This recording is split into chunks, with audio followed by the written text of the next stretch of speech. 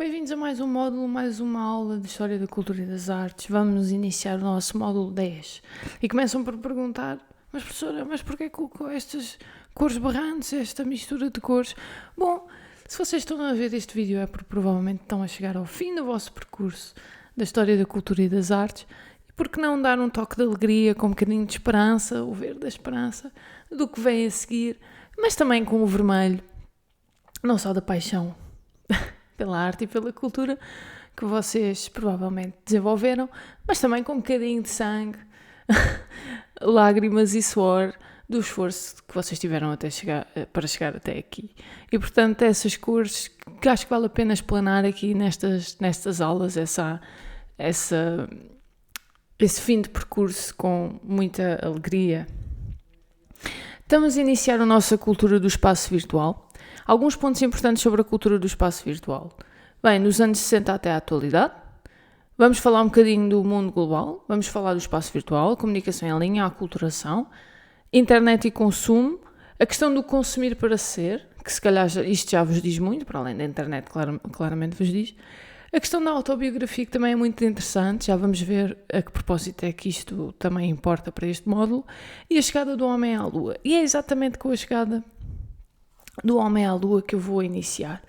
Isto é o contexto, digamos assim, histórico, o contexto de acontecimentos que vai dar asa aos nossos, desde os anos 60 do século XX até à dita atualidade, que é assim um bocadinho limitativa, tendo em conta que já estamos na década de 20 do século XXI, mas que mesmo assim já dá algumas ideias para perceberem melhor o porquê do que está a ser produzido agora. A chegada do homem à Lua foi em 1969, no dia 21 de julho, pelas 21 horas 17 minutos e 40 segundos, hora de Lisboa.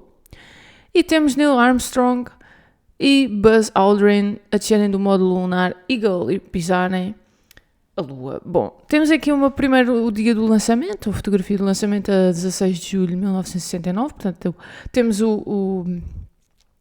no fundo, o que os levou até à Lua foi o Apollo 11, mas o que os colocou em órbita foi o Saturno V, não é? O módulo, esta parte aqui, este módulo grande, que os permitiu sair da nossa atmosfera.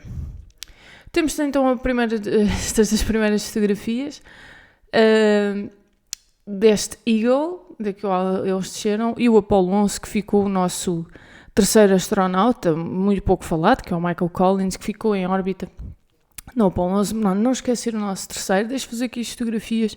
O Neil do lado esquerdo, o Buzz do lado direito e a meio o Michael Collins. No fundo, uma fotografia que também tem algum significado, e para nós das artes a questão da fotografia também é estudada. Por exemplo, o facto de ele estar a meio, exatamente porque foi ele que deu apoio e que permitiu que eles estivessem a explorar a Lua. Portanto, ele foi a base, no fundo, que uniu esta missão. Apesar de não ser muito falado, de facto é esse um pouco o significado desta fotografia. Todas estas fotografias têm uma ordem e uma justificação para colocar as nossas figuras.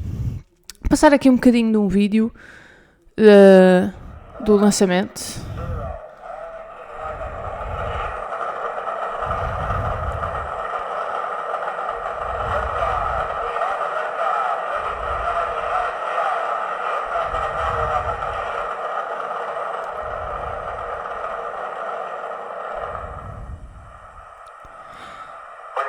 Essa parte aqui já é a aterrarem na Lua.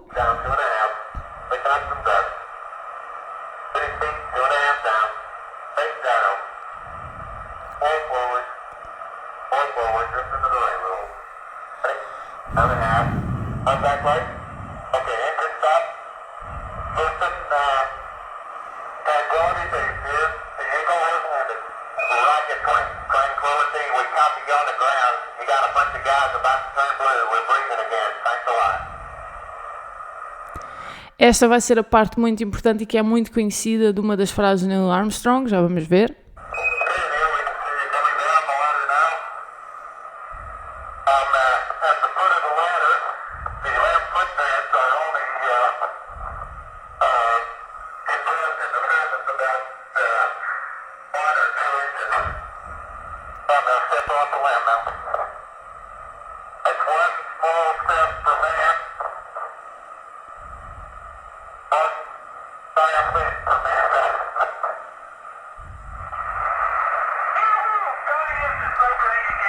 Portanto, foi aquela frase, não é? Um pequeno passo para o homem, um grande passo para a humanidade.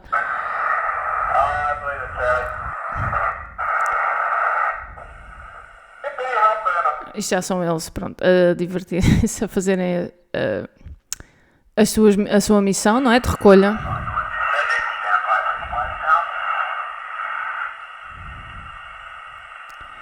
Isto é a chegada então do Apollo 11 à Terra, de volta com os nossos astronautas.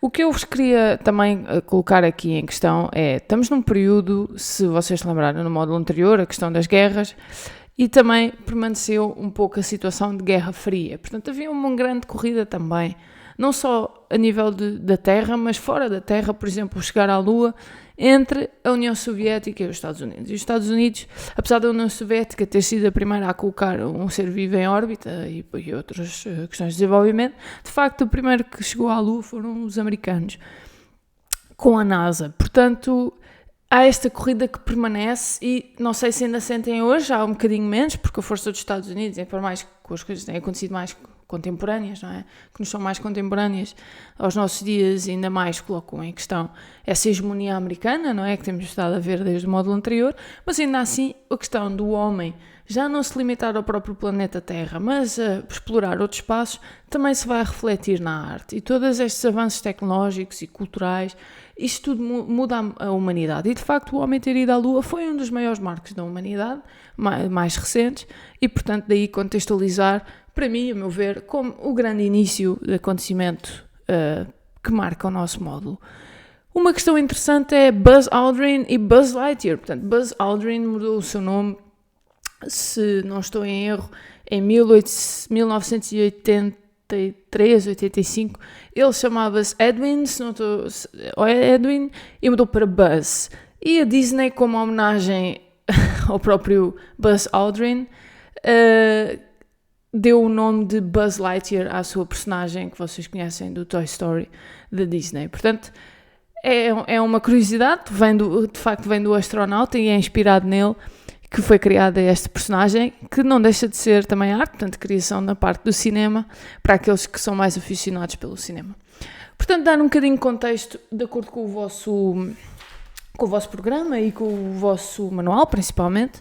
Os anos 60 do século XX, o mundo ainda se dividia em dois blocos, cá está, esta questão dos Estados Unidos e o comunismo soviético, a União Soviética, e a falência nos anos 80, com Gorbachev no governo soviético, iria deixar então os Estados Unidos isolados na sua hegemonia política e económica no mundo, esta questão que já temos vindo a falar, a qual se chama um pouco a Guerra Fria. Portanto, há aqui uns desenvolvimentos nestas décadas em relação a estas duas hegemonias. Também nestes anos 60, um movimento de colonização iniciado com força no pós-Segunda Guerra Mundial e que só viria a terminar na década de 70 com a independência das colónias portuguesas em África. Portanto, isto já é uma história que nos diz mais respeito a nós. Deixei aqui alguns mapas das ex-colónias, não é? Outros utilizam o termo ultramarino, não é? Ultramar, para além do mar. E um helicóptero, por exemplo, da Força Aérea Portuguesa lá nas colónias. Foi uma guerra que se arrastou e provavelmente vocês têm familiares os quais vos podem contar bem essas histórias da questão da guerra das colónias e que felizmente já terminou e muito bem com a independência destes países. Portanto, estes países nascidos no terceiro mundo, não só estes, mas também as colónias dos holandeses, dos franceses, dos ingleses, não é? O nosso país tinha algumas, mas o resto da África pertenceu a muitos outros países, como colónias, e todos estes países que nasceram continuam hoje com os graves déficits de desenvolvimento económico e cultural. E, portanto, isso vai-se repercutir um bocadinho na arte, e daí o nosso programa, para além de ser sempre ocidentalizado e europeizado por sermos Portugal, não é?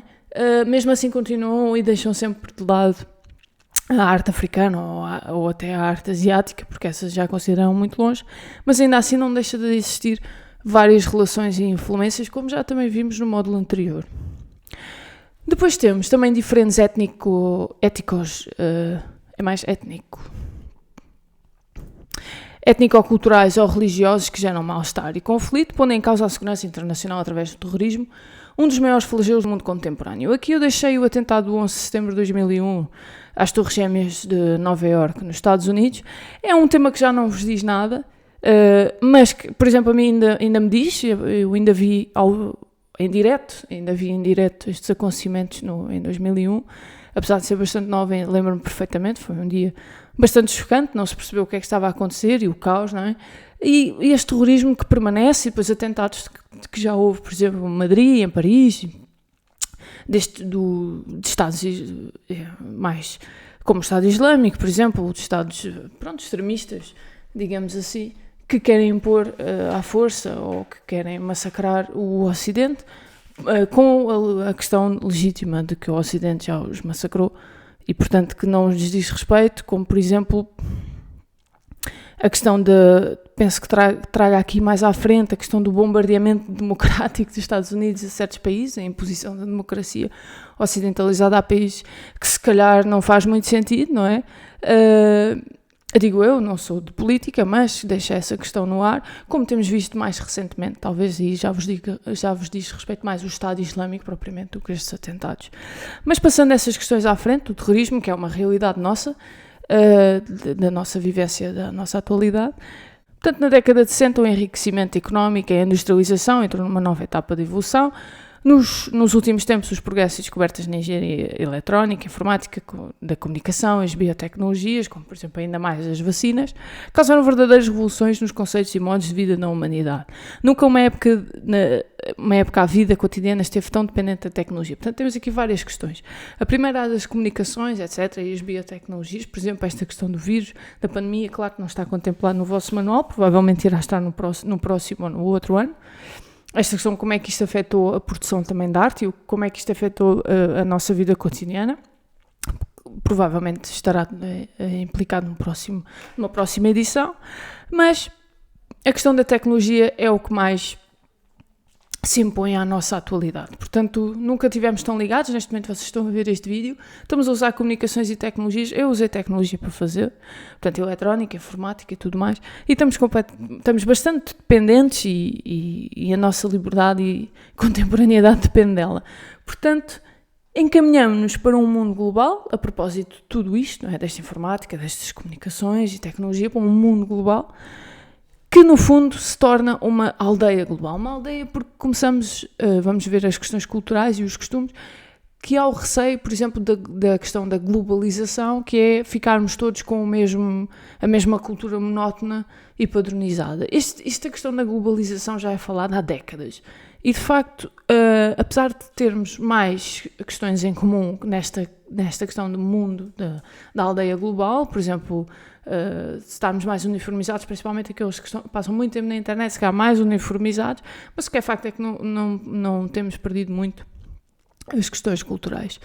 O fenómeno de globalização só se tornou possível com o desenvolvimento dos transportes e o progresso eletrónico, informático e cibernético. E, portanto, deixo-vos aqui duas imagens interessantes. Do lado esquerdo, a primeira é um esquema das principais rotas marítimas mundiais, e isto é as questões de comércio, que ainda permanecem, muito semelhantes, vocês colocarem já as rotas do século XVI e XVII, acabaram por permanecer as mesmas, tirando aqui no Suez e no Panamá, que já se faz uma travessia muito mais rápida. Por outro lado, deixar-vos aqui as principais rotas aéreas, que correspondem mais ou menos às mesmas, vocês virem onde estão mais. São as rotas comerciais aéreas também muito importantes para a nossa vivência e contemporaneidade, e assim se troca muito mais rápido tudo, até o próprio vírus, como foi possível perceber, não é? As questões da aculturação são muito interessantes e cada vez são mais debatidas. Há a aculturação, há a apropriação cultural, há a assimilação cultural e há a cultura do cancelamento. E, portanto, todas estas questões são interessantes. As três últimas ainda estão a ser bastante discutidas, pelo que o vosso manual ainda permanece só pela aculturação, que se relaciona com a globalização da economia e massificação das tecnologias.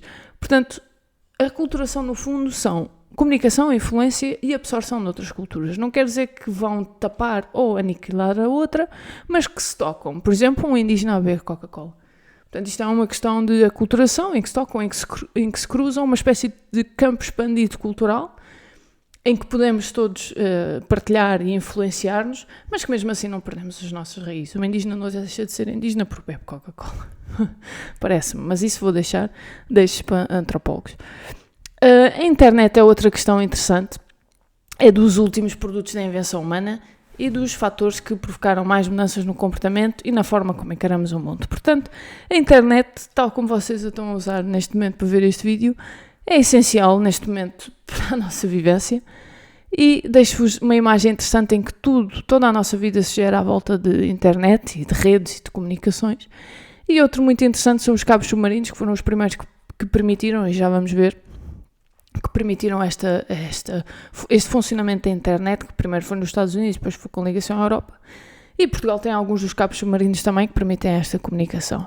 Para vos contextualizar um bocadinho, a internet nasceu nos anos 60, eu sei que já são gerações que não vos diz respeito, que não vos diz nada a invenção, ou que não se tratam da invenção, porque já existe desde sempre a vossa perspectiva da internet, mas de facto ela surgiu nos anos 60 do século XX, e foi a partir de projetos de defesa militar americanos durante a Guerra Fria. Esta Guerra Fria que tanto eu falo, entre os dois blocos, não é? A União Soviética, portanto Rússia, digamos assim, Rússia, que vos é mais contemporâneo, e os Estados Unidos. E, por exemplo, esta nos anos 80 expandiu à Europa, mas antes disso temos o ARPANET, que é esta primeira imagem aqui, que de facto a internet surgiu para comunicar estes pontos nos Estados Unidos. E só nos anos 80 é que se expandiu à Europa.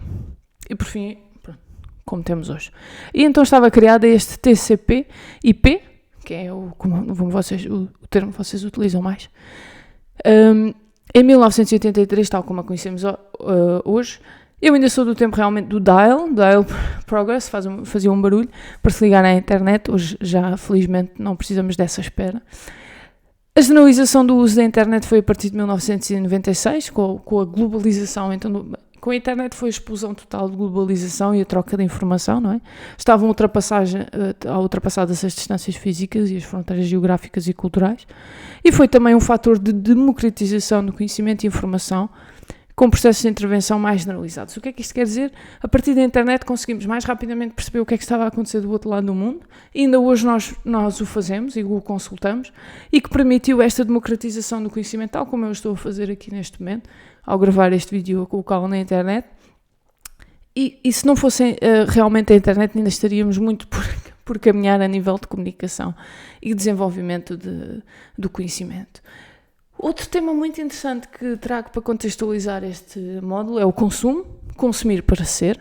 E deixo-vos aqui uma obra de Duane Hanson, que é uma senhora com um carrinho de supermercado, com alguns excessos, mas são bens de consumo, já vamos ver essas questões. Então o consumo e o consumismo, que é outro termo que vamos usar.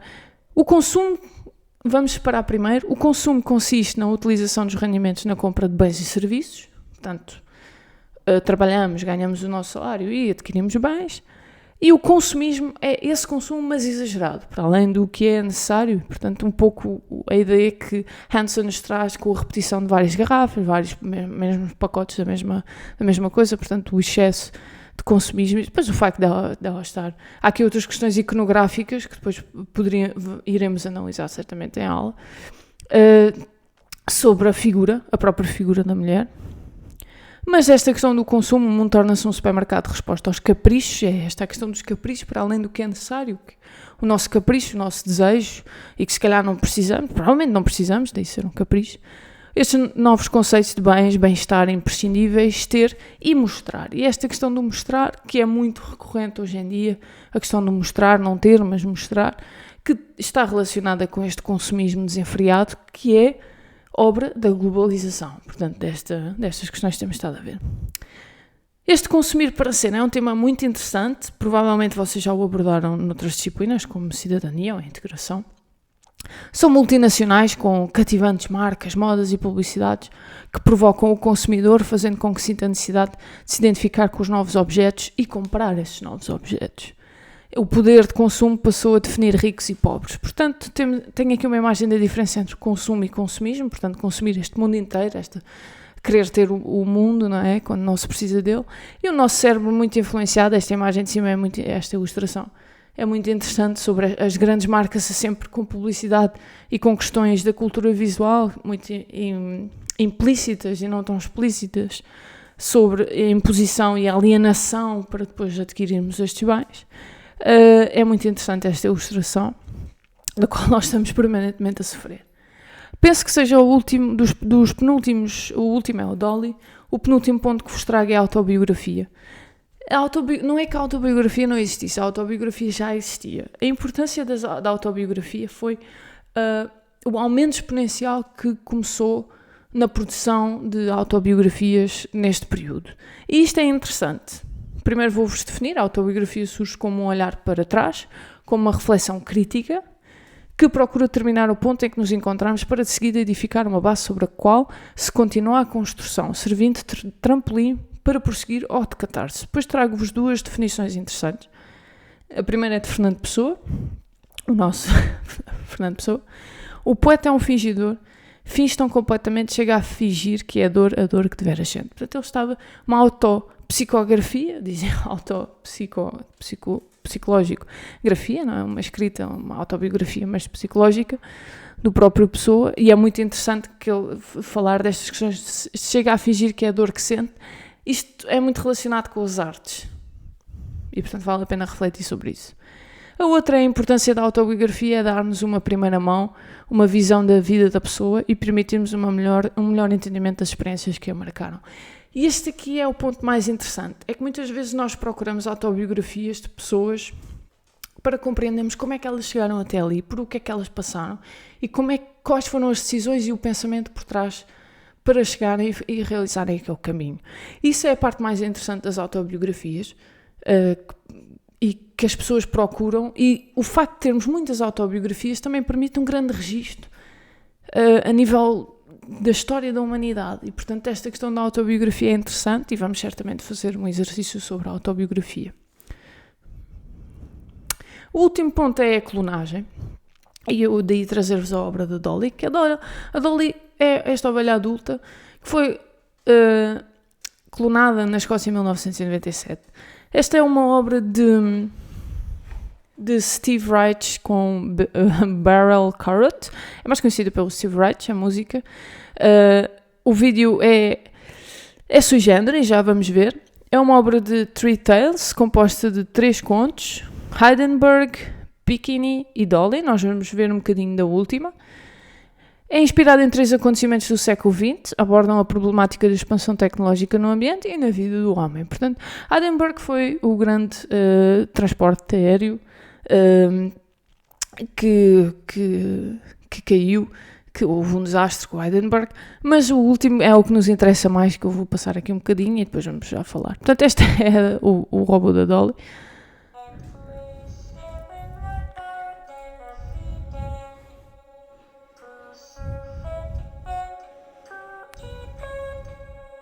Process is as follows. Process is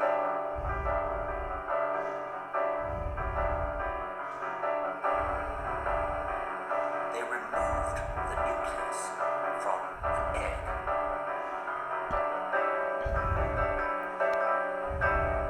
No genes in it at all.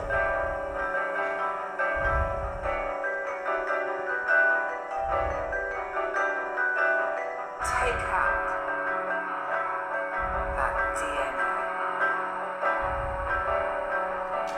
Maybe it's a spoof. Copies. Copies and copies, copies and copies and copies, copies and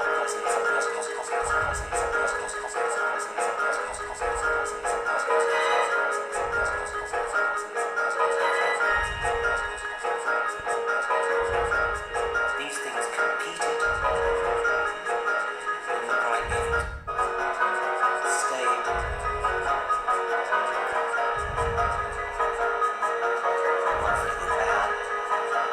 Portanto, para vos resumir, claro que nós vamos ver isto presencialmente completo, é a questão da vida, a questão da tecnologia, a Dolly que aparece aqui.